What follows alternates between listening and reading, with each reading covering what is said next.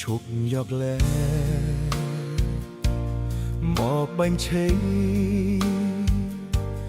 មិនចង់លឺមិនចង់យល់ទុកឲ្យបងស្ងប់ចិត្តផងមិនព្យាបាលភាពអមពលស្លាកស្នាមអនុស្សាចាំអូនមានថ្មីហើយមិនដេកត្រានត្រៃនៅចុងពីចៅថាខ្វាត់ពុងងារសាវ៉ាឲ្យស្រីទ្រាំចិត្តមានន័យយ៉ាងណាគឺស្រហូមិតបើបងខុសពិត